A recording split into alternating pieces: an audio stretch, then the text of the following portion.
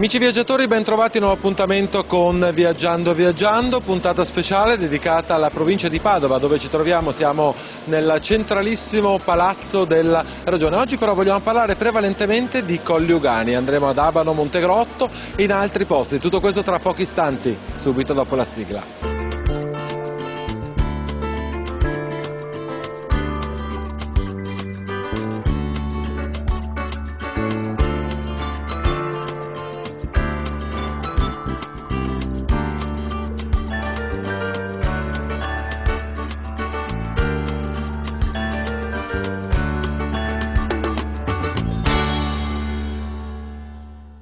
Abbiamo detto che iniziamo il nostro viaggio con i Colli Ugani. Andiamo infatti ad Abano a vedere il Museo Internazionale della Maschera.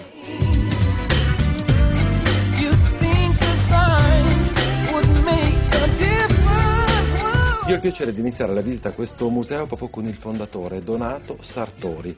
Io ho detto, questo è un museo molto particolare ed è conosciuto un po' in tutto il mondo. Vogliamo spiegare anzitutto ai nostri telespettatori di cosa si tratta? Si tratta di un ambiente, un bell'ambiente, poi tra l'altro storico, perché si tratta di appunto una villa veneta della metà del Seicento, che è stata dedicata all'opera dei Sartori. Ecco, mio padre, Amleto, nasce nel 15 e muore purtroppo molto giovane, 46 anni. Si chiama Museo Internazionale della Maschera appunto perché noi lavoriamo non soltanto la maschera teatrale, ma indaghiamo sull'argomento maschera, cioè scopriamo delle cose, viaggiamo in tutto il mondo, registriamo quello che ancora in giro per il mondo esiste per quanto riguarda i riti, le feste mascherate, eccetera. Ecco, e trasportiamo la maschera anche all'oggi. Cioè non soltanto la maschera teatrale, ma anche il mascheramento. Sì, questa è la cosa che mi ha colpito di più e forse la cosa che vi differenzia in modo particolare da quelle che sono le altre esposizioni. Voi non parlate solo di maschera, ma anche di quello che è il mascheramento. Ecco, la maschera prosegue, la maschera serve a svelare una situazione, un luogo, una persona e non a coprirla. Ecco, in base a questo io provengo soprattutto dalle arti visive e sono scultore come lo era mio padre, per cui non voglio abbandonare questa caratteristica, voglio continuare nell'arte, per cui la maschera trasposta dal teatro alle arti visive è avvenuta, è stata modificata nel 68. Ecco, il 68 è un anno che mi ha profondamente colpito, quindi modificazione, ampliamento e la maschera che diventa l'oggi, diventa un mascheramento totale dell'uomo, che diventa addirittura un mascheramento di un ambiente, di una piazza, di una strada, ecco, ed è questa che noi portiamo in giro per il mondo. Siamo con la direttrice di questo museo, Paola Pizzi. Vogliamo, Paola, un attimo raccontare come è strutturato questo museo?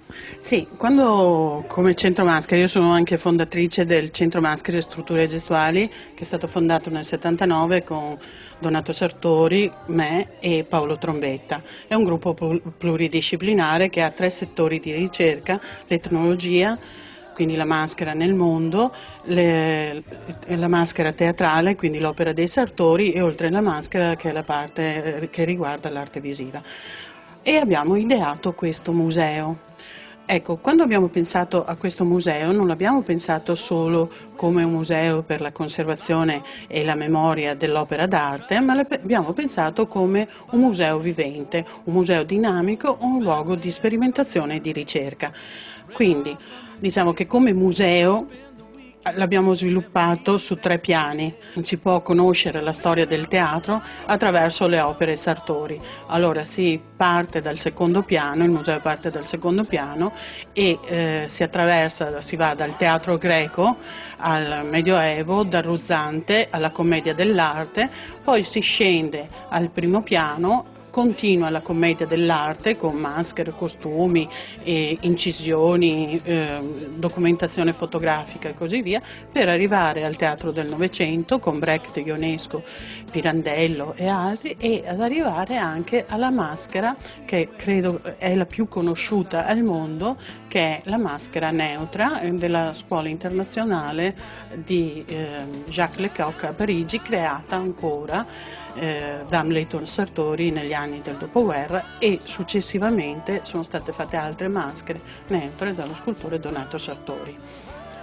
Quindi poi scendiamo al piano terra e qui siamo in questo piano, lo dedichiamo alle mostre temporanee. Questo mese l'abbiamo dedicato alla maschera sudamericana, alle feste sudamericane, ma sono notevoli, che è solo un piccolo sguardo in questo grande mondo che è il Sud America. Quindi partiamo da maschere del Messico alle maschere della Bolivia, del Cile, ma anche le maschere della Colombia, le maschere dell'Amazzonia, del Brasile, fino ad arrivare anche all'Ecuador.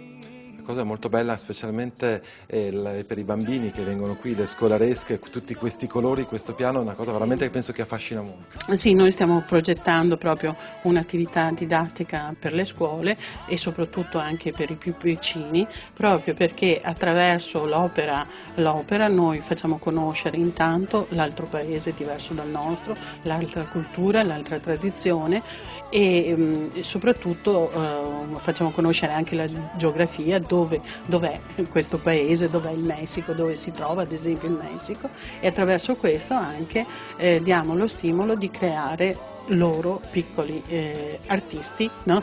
Delle loro maschere colorate particolari. Questo vuol dire museo vivo. Loro sono veramente conosciuti a livello nazionale, ma soprattutto a livello internazionale. www.sartorimaskmuseum.it, lo vedete anche in sovraimpressione, il sito internet per sapere ancora di più, per avere informazioni di servizio su aperture, su percorsi didattici e qualsiasi altra cosa. Grazie ancora, in bocca al lupo per le prossime scommesse. Noi continuiamo la visita di questo bellissimo territorio.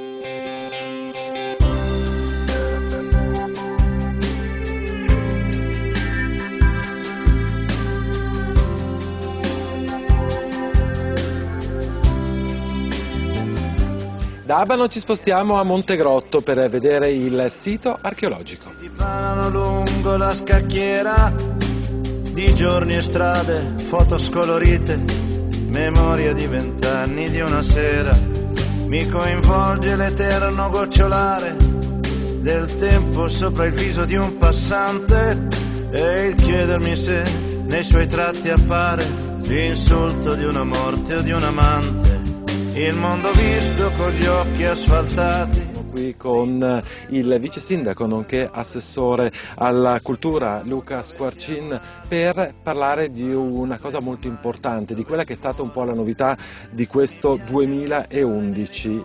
Aver portato alla città, ma un po' a tutte le persone della provincia e della regione, una struttura archeologica molto bella e molto interessante. Beh, direi che per me è una grossa emozione essere qui dentro, perché fin da bambino io passavo da queste parti, era un'area inaccessibile. Adesso tutti possono venire grazie anche alla stipulazione di una convenzione con lo studio di archeologia di Padova e anche con l'Anteas, che ci permettono di realizzare non solo delle visite guidate ma anche un accesso gratuito a questo sito di romanità molto importante. Abbiamo il piacere di avere la dottoressa Cinzia Tagliaferro. Mi sono scritto la definizione perché è lunghissima e ci tengo che sia corretta, collaboratrice della Sovrintendenza dei Beni Archeologici del Veneto. Sono stato corretto, dottoressa. Cosa trovano le persone che vengono a vedere questo sito archeologico? Innanzitutto credo che sia un'opportunità culturale molto importante per tutti i cittadini, per i visitatori, per i frequentatori delle terme, per gli ospiti delle terme, in quanto è un sito che restituisce i resti di una struttura termale, di un complesso termale a carattere monumentale molto importante, databile alla seconda metà del I secolo a.C. Un complesso termale, da cos'è caratterizzato? È caratterizzato da una serie di vasche termali la cui tipologia è riferibile sicuramente a vasche per immersione. Sono 3, strettamente connesse, ma sicuramente facevano parte di altre vasche che dovevano ubicarsi verso l'Hotel Monte Carlo e l'Hotel Sollievo. C'è un splendido edificio biabsidato che è in fase di recupero e di valorizzazione. Alle mie spalle un complesso sistema idraulico che serve praticamente per l'adduzione e il deflusso delle acque, quindi connesso alle vasche e con una canalizzazione di circa oltre diciamo 200 metri che taglia tutta l'area. Infine, ed è l'edificio sicuramente più caratteristico, abbiamo il teatro che è stato restaurato di recente, in particolare il piano sottostante del palcoscenico Liposcenio è stato restituito alla comunità proprio con materiali originali. Per noi è arrivato il momento della nostra prima interruzione pubblicitaria, ci vediamo tra pochissimi istanti, sempre dai Colli Ugani. Ne mescoliamo inconsciamente il senso, siamo gli attori ingenui su una scena di un palcoscenico misterioso e immenso.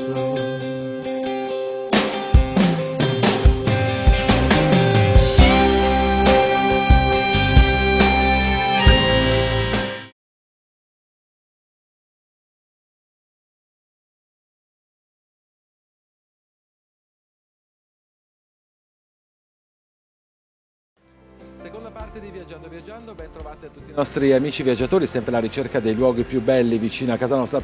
Primo dei 2 appuntamenti dedicati agli speciali di Padova e provincia. Qualcuno avrà già riconosciuto dove mi trovo, il palazzo della Ragione della centralissima Padova, ma di Colli Ugani vogliamo parlare oggi. Infatti andiamo a Torreglia per vedere la meravigliosa Villa dei Vescovi.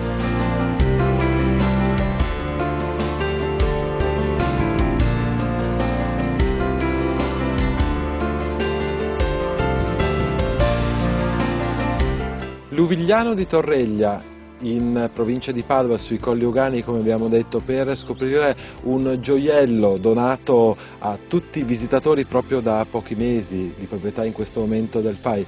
Annunzia Zatta, guida turistica e referente di zona proprio per il FAI. Parliamo di questo gioiello, vogliamo presentarlo ai nostri telespettatori che, come dicevamo, è visitabile da pochissimi mesi. È stata aperta la Villa dei Vescovi il 21 giugno di quest'anno 2011 e da parte del FAI finalmente una visita possibile tutti i giorni tranne il lunedì e martedì per quasi tutto l'anno. E viene considerata il massimo esempio di villa pre-palladiana dal punto di vista architettonico e di villa pre-veronesiana per quanto concerne le decorazioni all'interno. Parliamo un po' della storia di questa villa. Dunque, intanto bisogna dire è una grande opera di Giovanni Maria Falconetto, 1535, 7 anni servono per la costruzione della villa stessa, poi subentrano altri architetti, grandissimi nomi, oltre a Giovanni Maria Falconetto, progetto del Falconetto realizzato con la direzione dei lavori di Alvise Cornaro, voluta dal cardinale vescovo di Padova Francesco Pisani. A lui, al Falconetto, subentra poi, o meglio ad Alvise Cornaro che ne aveva diretto i lavori poiché il Falconetto era morto prematuramente, Giulio Romano, Andrea da Valle e Vincenzo Scamozzi, quindi parliamo dei nomi veramente grandissimi del Cinquecento padovano. Le varie proprietà. Dunque, è questa da sottolineare, sarebbe riduttivo, certo il capolavoro è un grande capolavoro del Rinascimento. Abbiamo detto 1535, dobbiamo dire abbiamo una storia vescovile millenaria, poiché tutto il territorio nord-orientale dei colli dove ci troviamo era stata una donazione imperiale verso l'anno 1000 e la Curia di Padova è proprietaria di questa zona e della villa, che poi chiameremo dei Vescovi, fino al 1962, anno in cui il vescovo Bortignon proprio vende la villa. Serviva alla Curia di Padova, servivano dei fondi per la costruzione di un istituto per i bambini disabili, ecco perché la famiglia Olcese, ancora con maggiore slancio, decide per l'acquisto della villa nel 62. È stata poi il conte Olcese, Vittorio Olcese, muore nel 99 ed è quindi del 2005 la donazione da parte della famiglia della moglie e del figlio in memoria del marito e padre, al FAI e Fondo Ambiente Italiano. Abbiamo fatto una bella presentazione, adesso è arrivato il momento di scoprire assieme questa meraviglia. Here it comes again.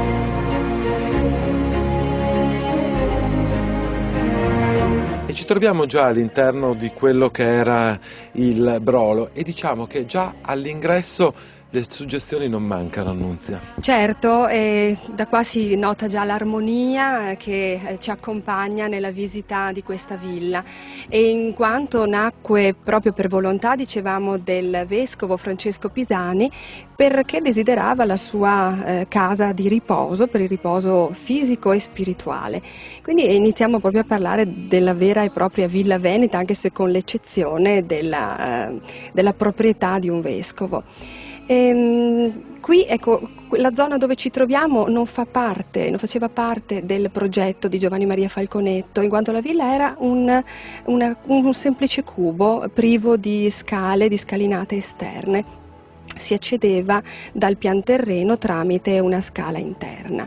Quindi soltanto 40 anni dopo, ecco, abbiamo avuto lo stravolgimento per quanto riguarda l'ingresso alla villa dal lato meridionale al lato occidentale dove ci troviamo ora, e la costruzione di questo muro merlato di quello che era il vero e proprio brolo della villa, quindi giardino, orto, frutteto. Secondo me se una persona veniva qui la primavera scorsa, adesso potrebbe pensare a un miracolo. Sì, in effetti c'erano tonnellate di terra fino al mese di aprile del 2011, la promessa che il FAI faceva di aprirla nel giro di poco, quindi è stata proprio mantenuta il 21 giugno, è stato proprio un miracolo, ed è stata uno dei 3 regali che il FAI ha voluto fare all'Italia per i festeggiamenti dei 150 anni dell'Unità d'Italia. Il primo, il negozio Olivetti in piazza San Marco a Venezia; il secondo, la Villa dei Vescovi a Luvigliano di Torreglia nel Parco regionale dei Colli Euganei; e il terzo, tra pochi giorni, il Bosco di San Francesco ad Assisi. When I look into your eyes, I can see a love restrained.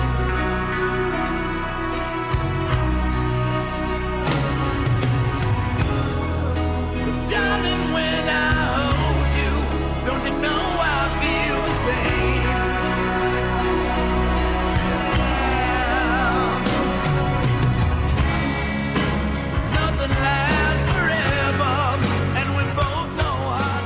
Ci troviamo nel terrazzamento occidentale della villa, realizzato circa 40 anni dopo il progetto originario del Falconetto, quindi estraneo al progetto originario della villa, per un tentativo comunque dell'architetto Andrea D'Avalle di una maggiore compenetrazione tra l'elemento naturalistico e l'elemento architettonico. Quindi non c'erano le scale esterne, non c'erano questi terrazzamenti, quindi prevaleva l'armonia della loggia, e quindi il vescovo Francesco Pisani puntava proprio su questa residenza di campagna.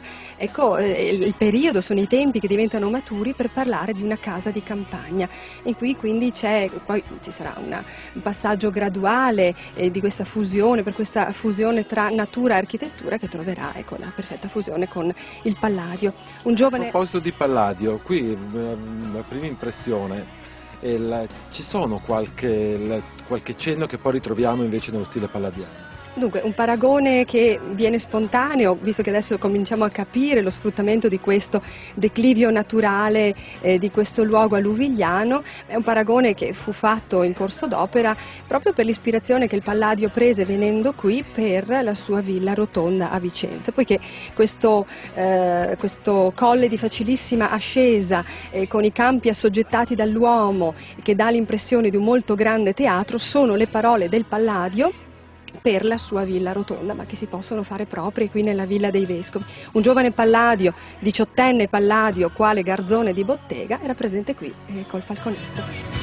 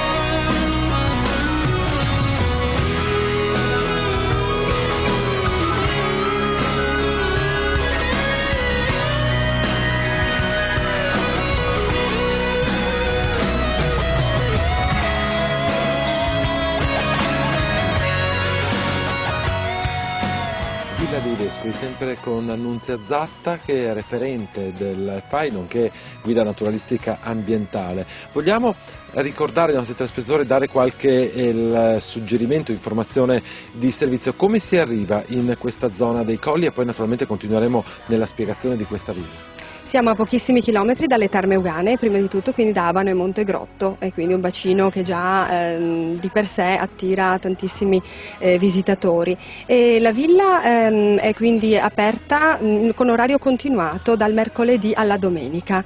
Il FAI ha reso possibile ciò che di solito è solo teoria, ma che qui viene invece constatato, toccato con mano dai visitatori ogni giorno, un bene fruibile a tutti, un bene di tutti e per tutti, per meditare nel bello ancora oggi, un qualcosa di più unico che raro. Infatti il FAI invita a rimanere in villa il più possibile, cioè si può navigare liberamente con una connessione wifi senza registrazione. Si è invitati a sedersi comodamente per leggere un libro, per studiare, per passare il tempo, per rilassarsi, e c'è anche a disposizione un self caffè, qualcosa anche di nuovo, di moderno, ecco, per la nostra epoca, e anche spaziare nel giardino, in questo vigneto che è rimasto vigneto come lo era nei tempi in cui il Falconetto non aveva ancora lavorato, ma c'era già un palazzo episcopale già ai primi del 1200. Alle nostre spalle quella che è la vera entrata di questa villa. Sì, è sempre stato questa facciata meridionale, l'ingresso, si vede l'arco con questo bugnato rustico a raggiera, realizzato da Giulio Romano, Giulio Pippi, Giulio Romano, architetto che ha lavorato per i Gonzaga, chiamato dal vescovo Francesco Pisani in persona, in quanto non era un semplice spettatore, ma era appunto, aveva altro che mani in pasta, e quindi è andato alla ricerca di questo grande architetto che qui ha lasciato in particolare il pian terreno della villa. Fa un po' strano quando si arriva in questa bellissima villa vedere le altre due facciate con queste scalinate, con questi terrazzamenti pazzeschi, e poi scoprire che il vero ingresso invece di questa villa è questo. Perché anche gli altri lati erano così, dovevano rimanere così secondo il Falconetto, e qui si dà un'occhiata, si vede l'architettura tipica del Falconetto, che si trova anche nella loggia Cornaro a Padova e nelle altre sue realizzazioni, con il fregio all'antica realizzato dal Vittoria, con le due vittorie alate che sono un po' quasi la firma del Falconetto stesso.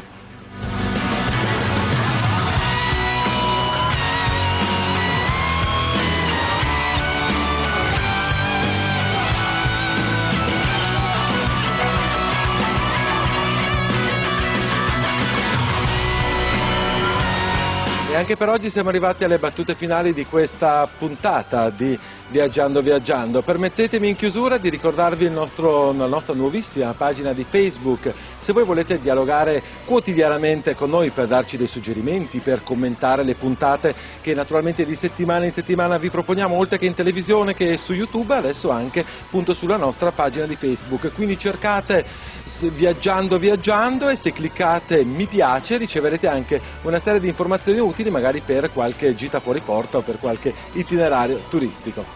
Per oggi è proprio tutto, l'appuntamento con noi è la settimana prossima, sempre per parlare di Padova. Questa volta parleremo degli eventi importantissimi in programma in queste settimane a Padova, quindi l'appuntamento con noi è fra 7 giorni, stessa ora, stessa rete, come di consueto viaggiate assieme a noi.